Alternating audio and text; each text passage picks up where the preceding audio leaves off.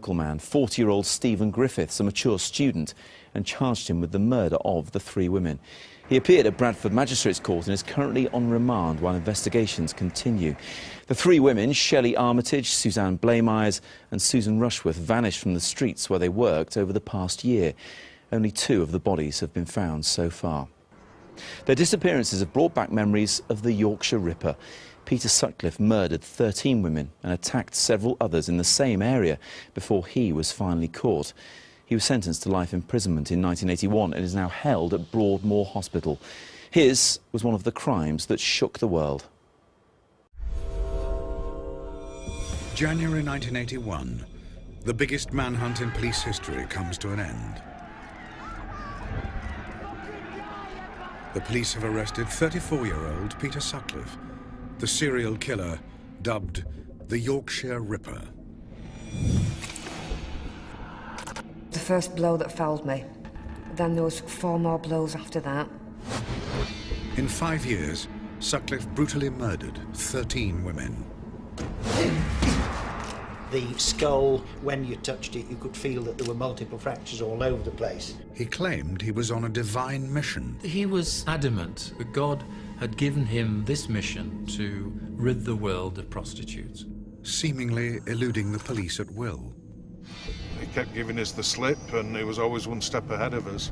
This is the extraordinary story of how Britain's most notorious serial killer was finally caught. This man brought fear to the whole of this community.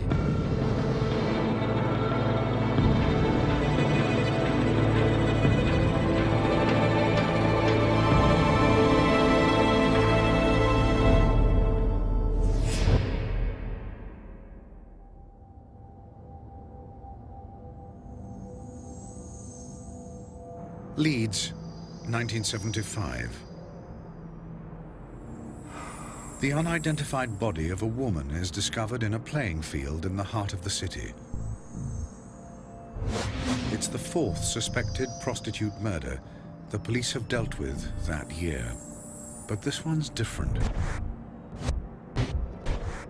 There's something about the injuries that worries forensic pathologist Professor Mike Green. The overriding feature was a single blow or 2 blows to the back of the head round about here, and then once the patient is immobilised, other injuries were inflicted. These were stab wounds. They were an unusual shape, but what was particularly unusual was that all of these wounds showed reinsertion. And this is one of the many things that makes this case so different from your typical homicide.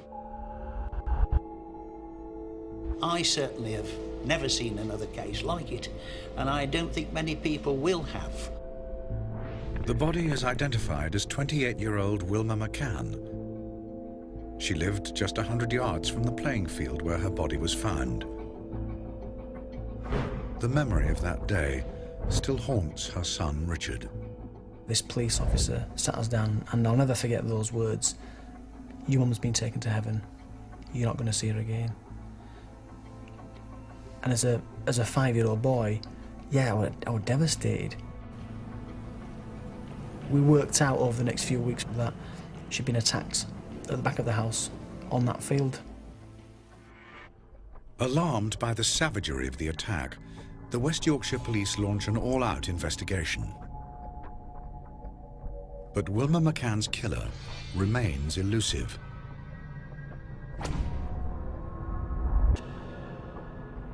"12 weeks later, another body turns up in the back streets of Leeds.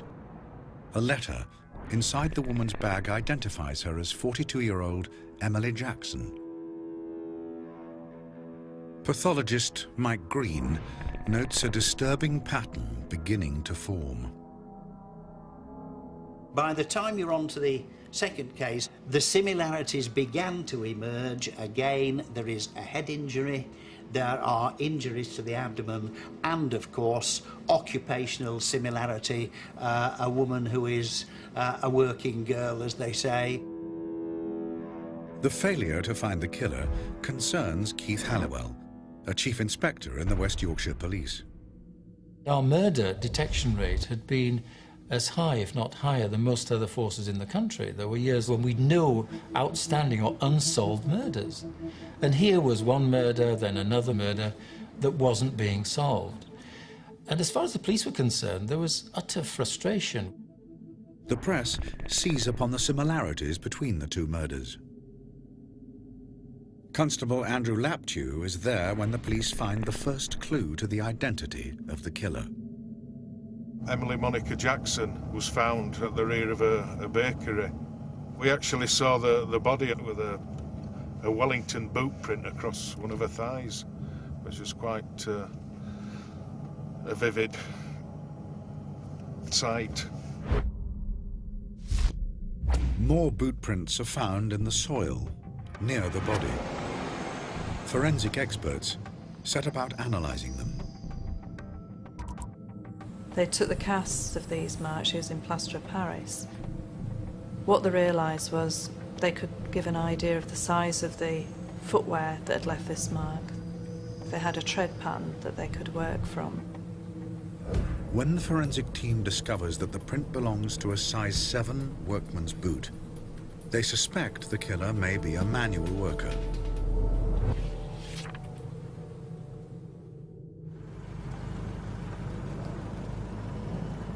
For a year, no more bodies turn up. The trail turns cold, and talk of a serial killer stops. Any ideas on where we can go? It's to be the lull before the storm.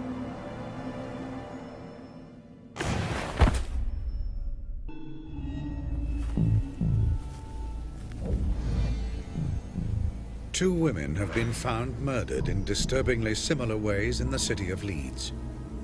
The press suspect the deaths are the work of a serial killer. Despite an intensive police investigation, the attacker remains as elusive as ever.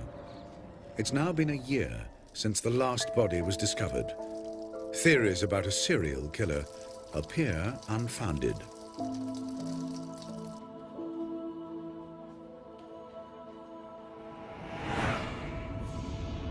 That is all about to change. Roundhay Park, a green oasis on the northern edge of Leeds.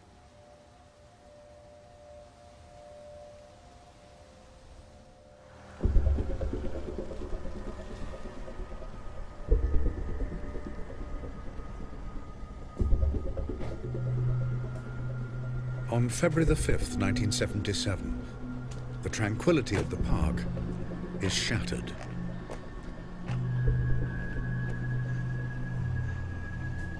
You all right there, love? Come on, how long is this going to take?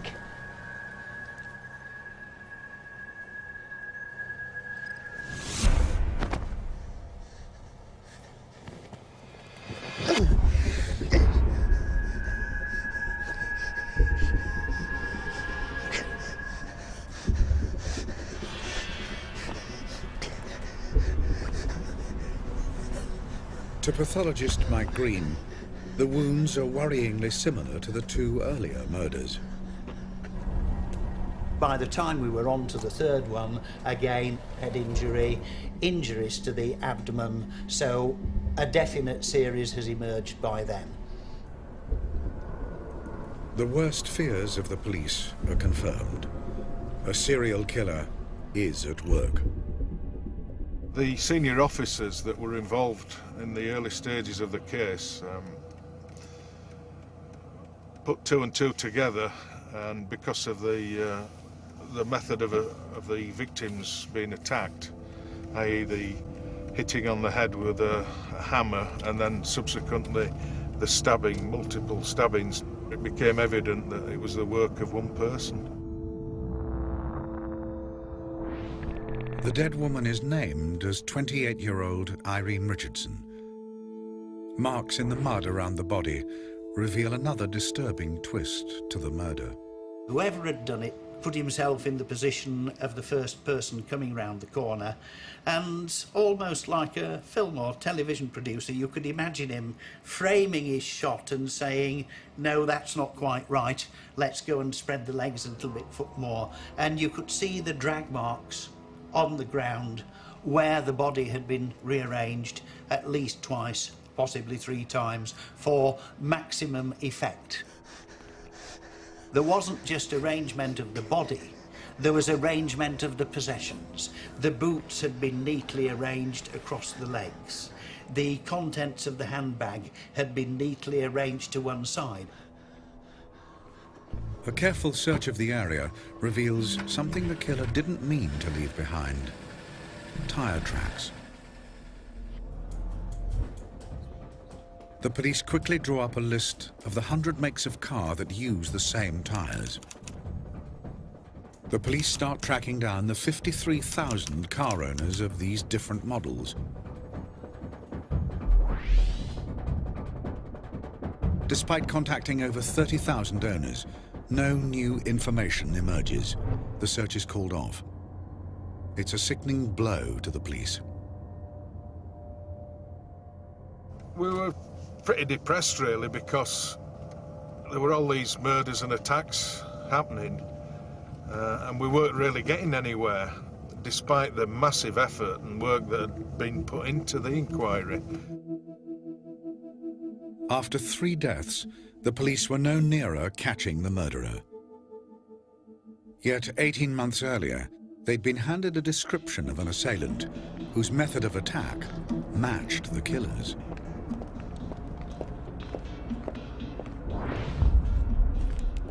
Walking home, 14-year-old schoolgirl Tracy Brown is approached by a man. It just seemed very unassuming, and I wasn't aware that I should have any fear with this person.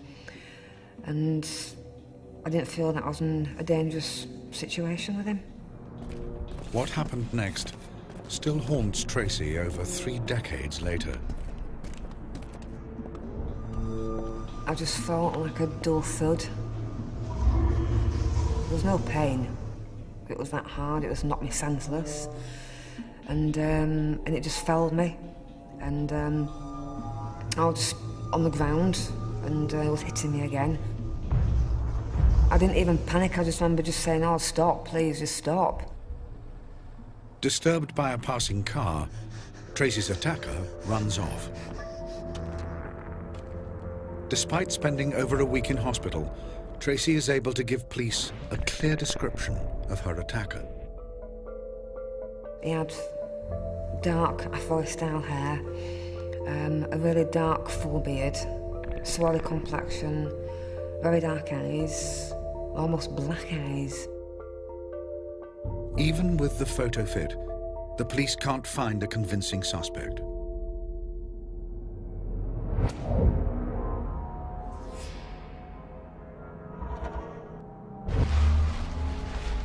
In the spring of 1977, the body of a 4th woman is discovered.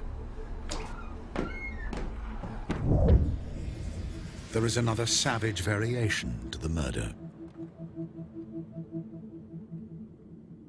We're now in Oak Avenue, and this is a murder scene where Patricia Atkinson was murdered.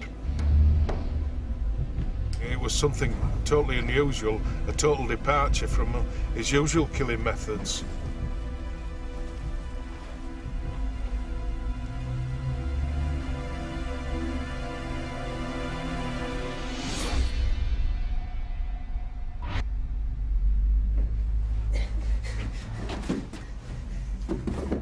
It's the first time a body has been found indoors, and the attack shows a disturbing escalation of violence.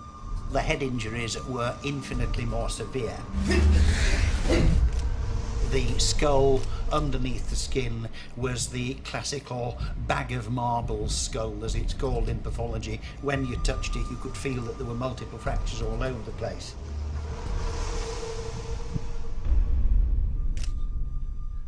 On the bed sheets at Patricia Atkinson's flat, the police discover a bloody boot print. It's a good match for the prints found at the murder scene of Emily Jackson. But no other evidence turns up.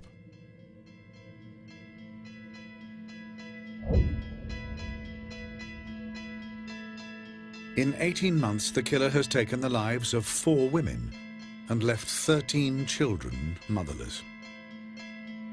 The police make 2,300 house inquiries and take over 2,000 statements, all to no avail.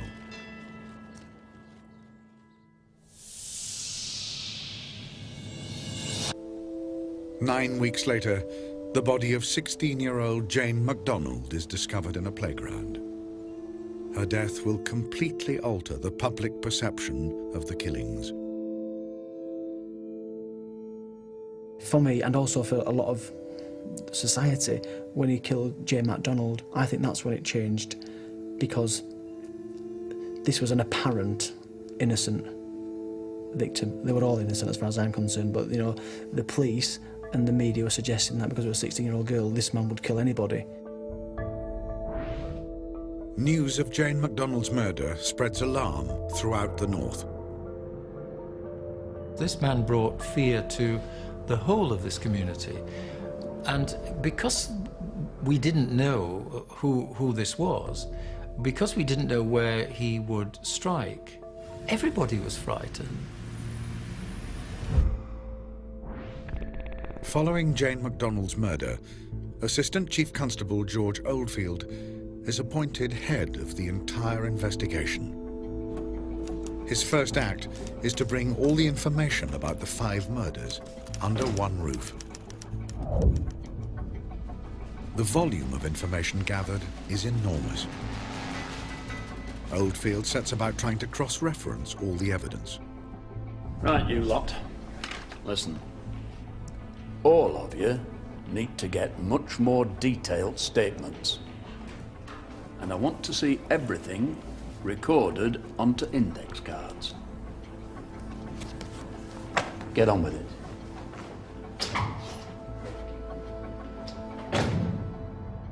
But the index card system proves inadequate to cope with so much data. As barrister for the prosecution, Harry Ognall recalls. They had so many tons of paper there that they actually had to reinforce the floor to take the weight. So the first thing to be said is that they were inundated with a surfeit of information, and they had no means effectively and efficiently of coordinating it. Information overload is a problem that will continue to dog the inquiry.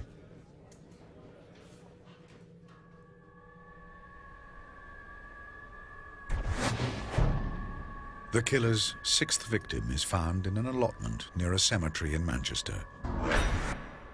The body is identified as 20-year-old Jean Jordan.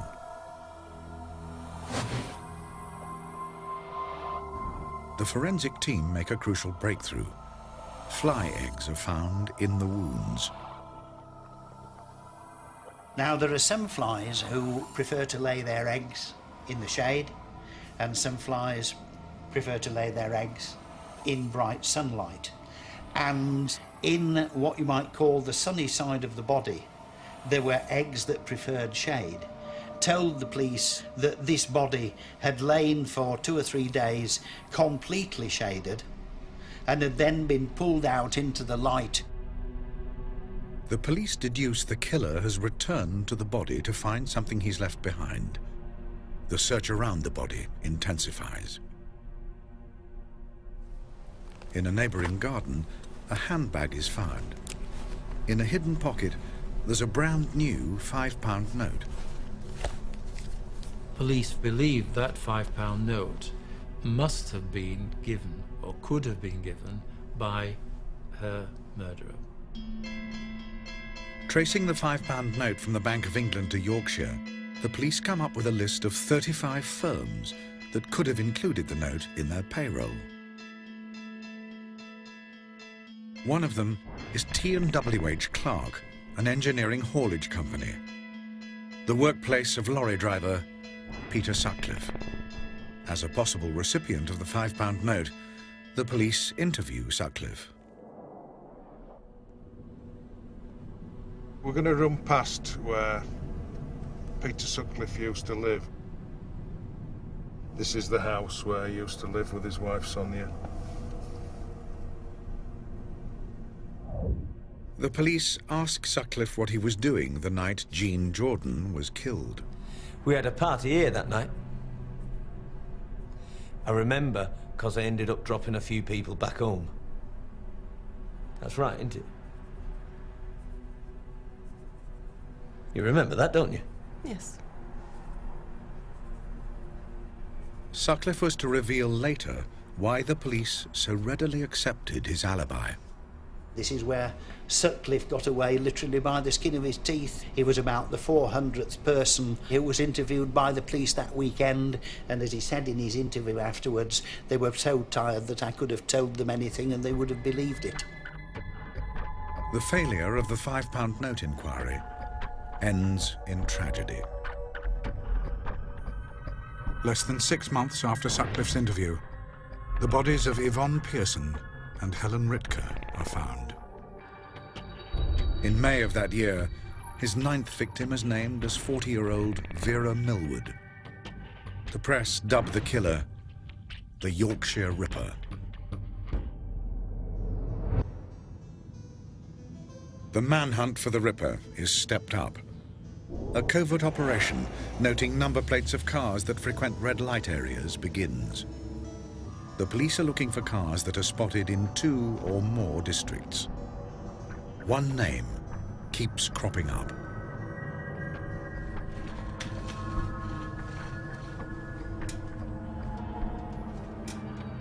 Sutcliffe had been sighted in the red light areas 3 times in Leeds, once in Manchester, and numerous times in Bradford, in excess of 70 sightings in Bradford.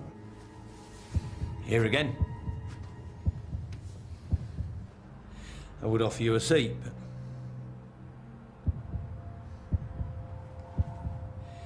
Give us a minute, will you, love?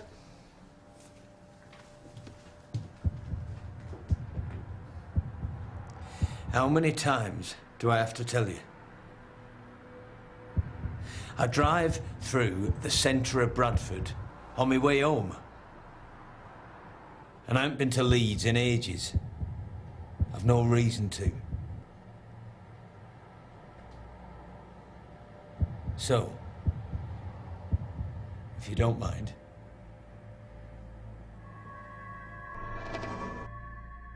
Not happy with Sutcliffe's answers, the police schedule a follow-up interview.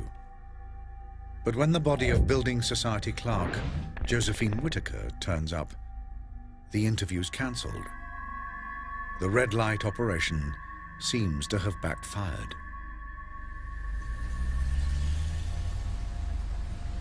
Police activity was so intense that he would have been spotted in the red light areas, so I decided to select his victims elsewhere, away from the red light areas. Forensics analysis of the Whitaker murder scene uncovers a boot print. A worn-down area on the right boot suggests the wearer could be a long-distance driver. It's another clue pointing to Sutcliffe as the Ripper.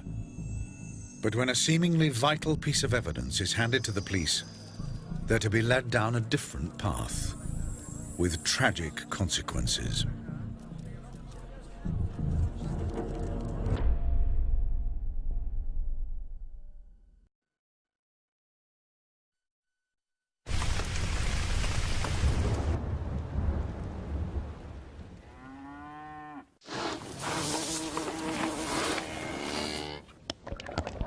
Kelly's Strawberries and Cream Ice Cream, made from Cornish cream and strawberries.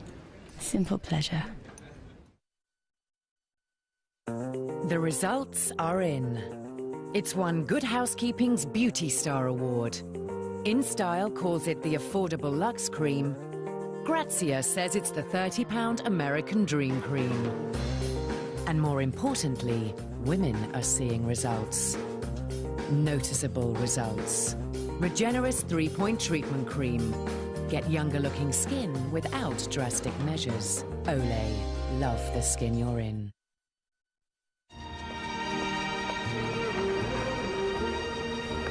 Welcome to my world. Won't you come on in? Welcome to my world. It's not too late to book your perfect summer holiday. Thompson Holidays, built with you in mind. Be prepared and keep your legs perfectly smooth. Now with essential oils, new Veet Supreme Essence Wax Strips. Simply warm, peel, apply and remove. Then wipe for luxuriously smooth skin that lasts up to 4 weeks. Discover the smoothness of Supreme Essence. Veet, what beauty feels like. And Veet Wax Strips are so easy to use, 88% of glamour readers recommend them. I was a lady once, or was it twice? Morning! Hello. My young lady friend here would like a savings account. I've just turned 18. But it has to be suitable for ladies. We are both ladies, you see. Right. How about our unique champion saver? It is suitable for ladies and men. Every month we select the 5 highest branch-based rates from a group of 8 high street banks. Oh, how enchanting! Then take the average and add a bonus for a top rate. Sounds divine, I'll take it. Your name, please. Brett Brown. Get a top rate month after month with Nationwide's Champion Saver. Sorry, Emily. You ruined it! What do you get at the end of a week? A weekend. There are boys' ones. Girls' ones. And dirty ones. Whatever your weekend, make the most of it. Hey. With king-size beds, hundreds of city locations and on-site restaurants. From just £29, make your weekend a Premier weekend. Premier Inn. Everything's Premier, but the price. A small house would cost you about £100. Helicopter costs £1,050,000,000. 11 pounds. £11. It's lucky Mum's good with money. She knows the KFC Bargain Bucket, 8 pieces of original recipe chicken and 4 fries is only $9.99. The sports channels, a couple of quid a month. The KFC Bargain Bucket, only $9.99. Charlotte has an undiagnosed form of primordial dwarfism. Age 2, she weighs the same as an average newborn baby. I dressed my sister in my doll's clothes. What will the future hold for the world's tiniest girl? Extraordinary People, next Monday at 9 on 5.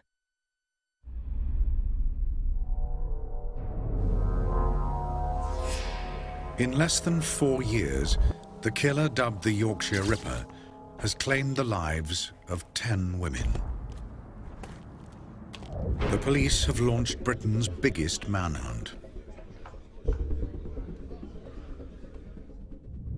Lorry driver Peter Sutcliffe has been interviewed 4 times in connection with the killings.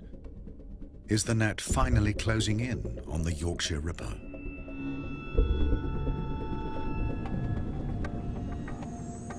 In June 1979, the head of the Ripper investigation, George Oldfield, receives a tape recording from a man claiming to be the killer. I'm Jack. I see you are still having no luck catching me. I have the greatest respect for you, George.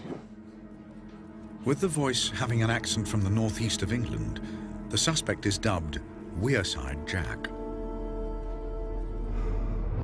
A crucial decision has to be made. Do we believe this is the man and we go full pelt for it? Or do we think it is some hoaxer that, we just sort of ignore it and play it down? We've been waiting 4 years for him to do something stupid. And now he's done it. If this bugger thinks he can send us a tape, taking the mick out of us, and get away with it, then he's very much mistaken. So the decision was we go with it, and if we go with it, we go with it firmly and we go with it positively. And that's what George did. The accent becomes a key part of the killer's profile. This is the elimination criteria. Shoe size 9 or less, blood group B. And he lives, or works, in Yorkshire. But there is no doubt he's a Geordie.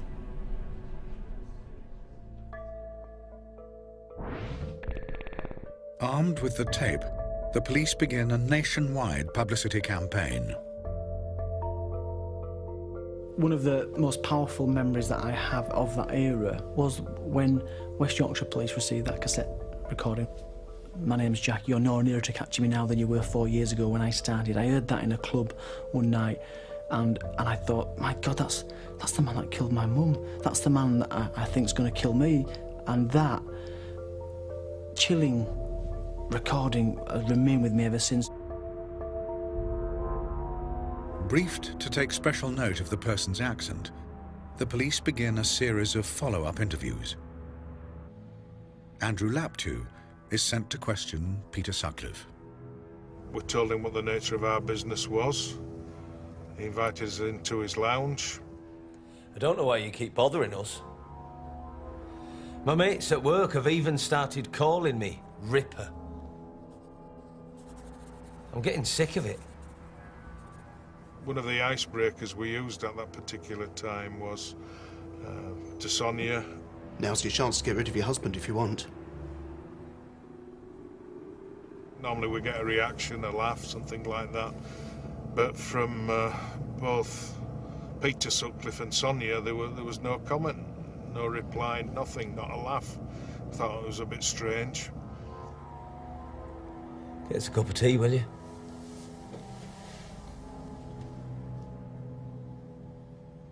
And as we continued our interview, we sort of started developing ill feelings about Peter Sutcliffe, that it just didn't seem right. Very cagey, very unresponsive. Listen, I don't use prostitutes. I never have. Why would I?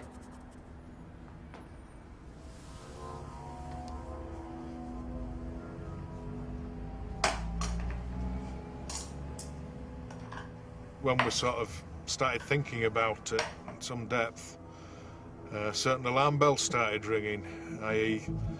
his general appearance, which completely fitted the photo fit. The shoe size fitted footprints that were found at scenes of crime. His firm, W.H. Clark's at Shipley, were featured in the £5 note inquiry. Laptew writes up his report and takes it to his commanding officer. He is stunned by the reaction. He summarily dismissed it. I was gutted, absolutely gutted. Not so much because I'd been rejected, but the way I had been rejected. That had been made to look pretty stupid.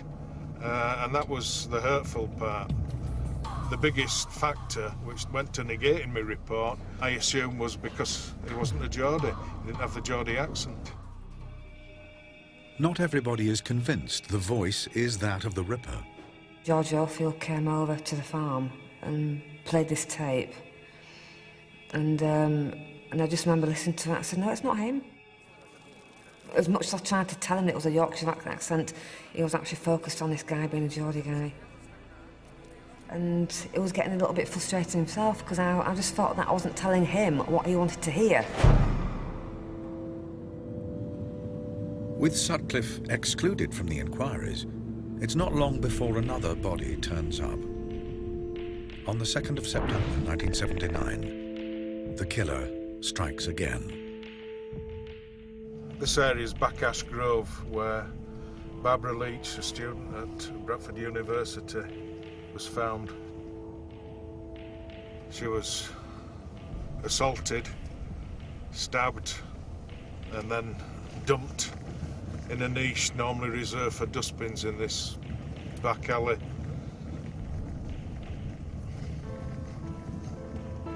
Another blameless victim. It's a devastating setback for the police. When you're a police officer And when you support the community, you love that community. You're worried, you're part of it. So it was pain, shared pain, and it was terrible.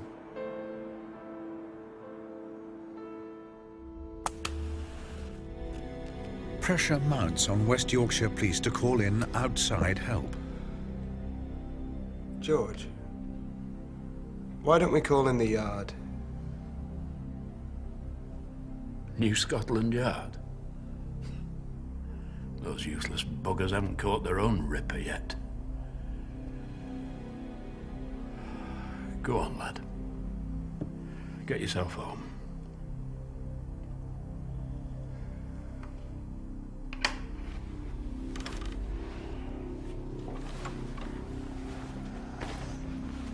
For George Oldfield, the enormous responsibility is taking its toll.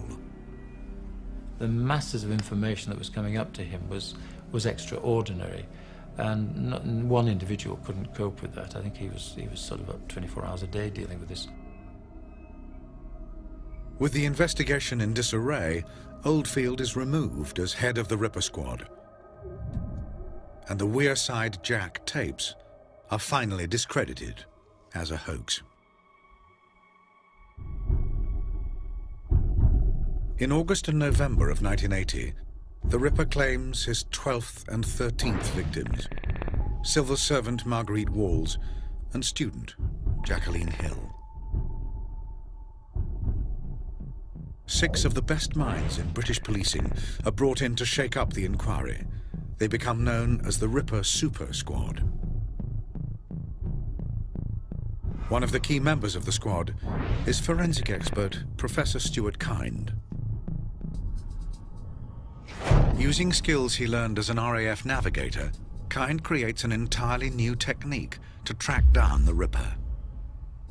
By cross-referencing the location with the time of each attack, Kind pinpoints the most likely place the killer comes from as Bradford, the town where Peter Sutcliffe lives.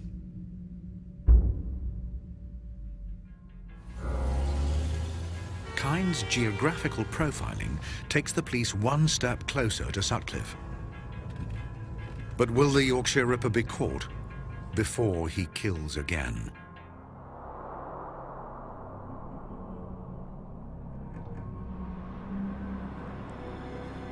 On the 2nd of January 1981, Sergeant Robert Ring and PC Robert Hydes make a routine check of an area used by prostitutes.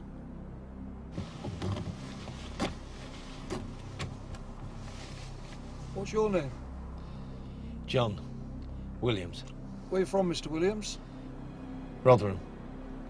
Who's she? My girlfriend. What's her name? I don't know. I haven't known her that long. Are you trying to kid? Do I look like I've fallen off a Christmas tree? Wait here. When the registration plate is checked, the details fail to match the car or driver. Those plates belong on a Skoda, and you don't look very much like a Mr. Khan. I'm going to place you both under arrest. You get out. You stay there, love.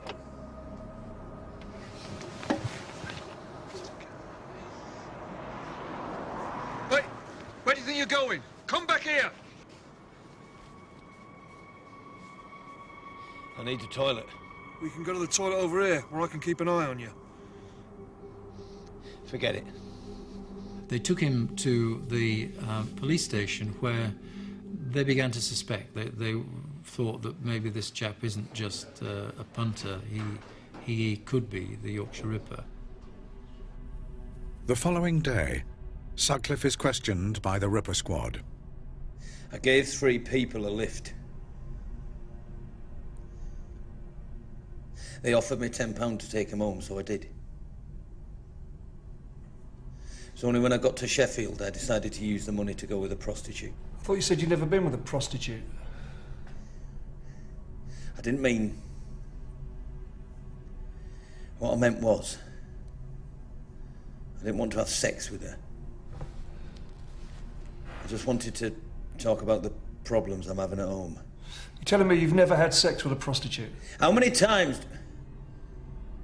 Sutcliffe's appearance, shoe size, and where he lives all match the suspect's profile. But without solid proof, Sutcliffe will be released on bail. Will the Yorkshire Ripper once again evade capture?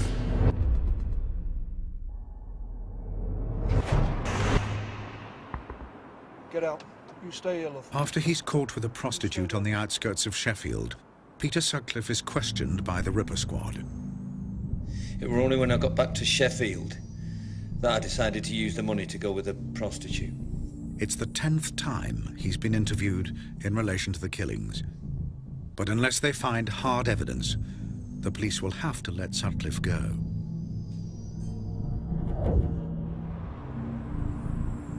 When Sergeant Robert Ring hears the man he arrested the night before is still being questioned by the Ripper Squad, he decides to follow a hunch. Remembering Sutcliffe had slipped away for a few seconds, he returns to search the area.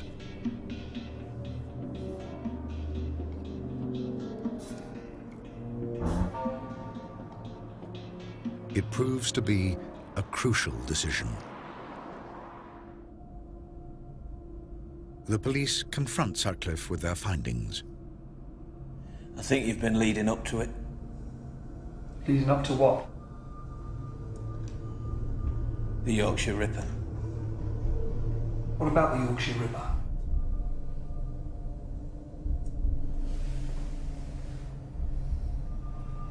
It's me.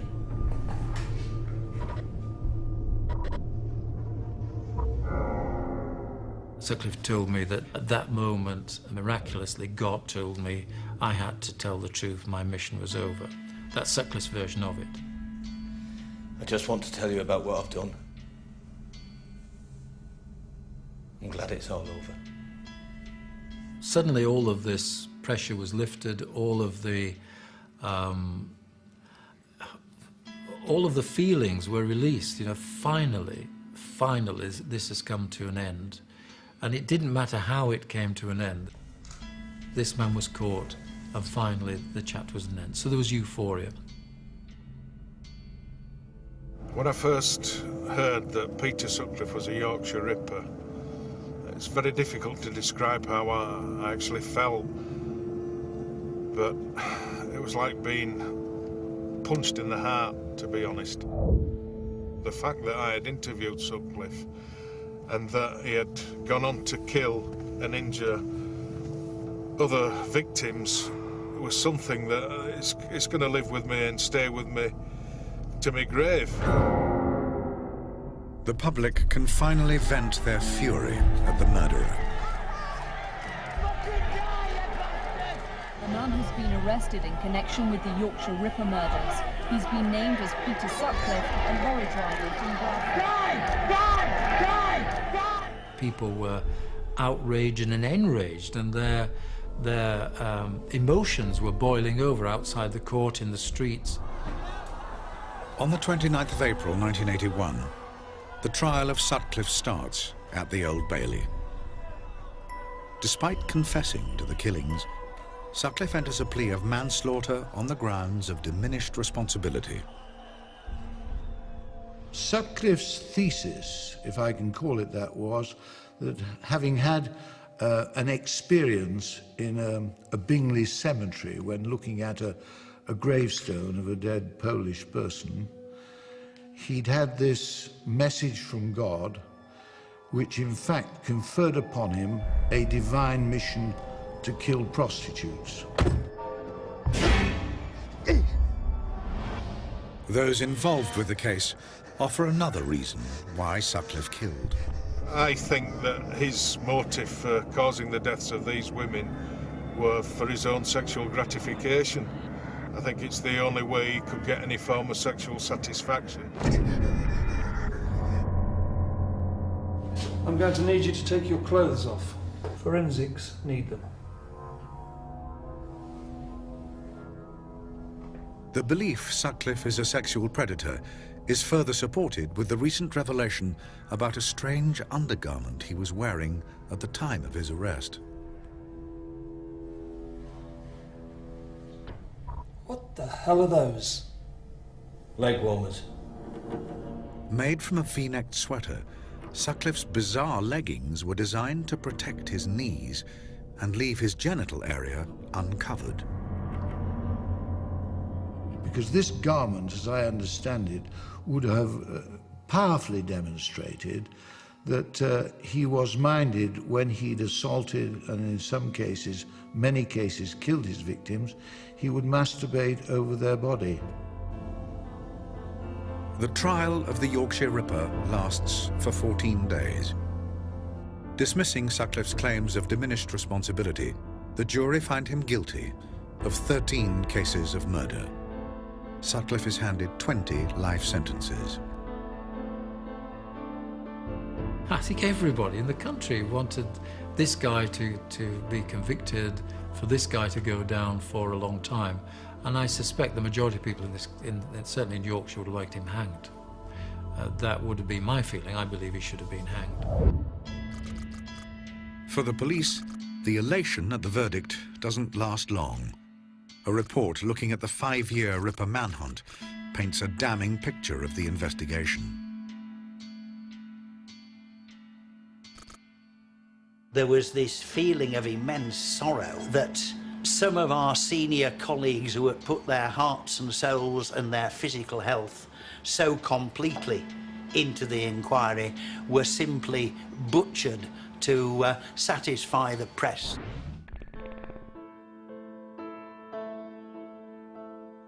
The Home Office report effectively ends George Oldfield's police career. Less than 2 years after his retirement, Oldfield dies, aged just 61 years old. 3 decades later, the effects of Sutcliffe's brutality are still being felt. Why did he do it to me? What was going through his head? How did he feel? Did he feel any remorse about what he's done? Not only to me, but about all these other people as well. Or is it just nothing inside there? Is it just totally bad and evil? I've seen how it's affected my family and my siblings, and my elder sister Sonia especially. She felt that she didn't deserve to live to be older than my mum. At 28, mum died.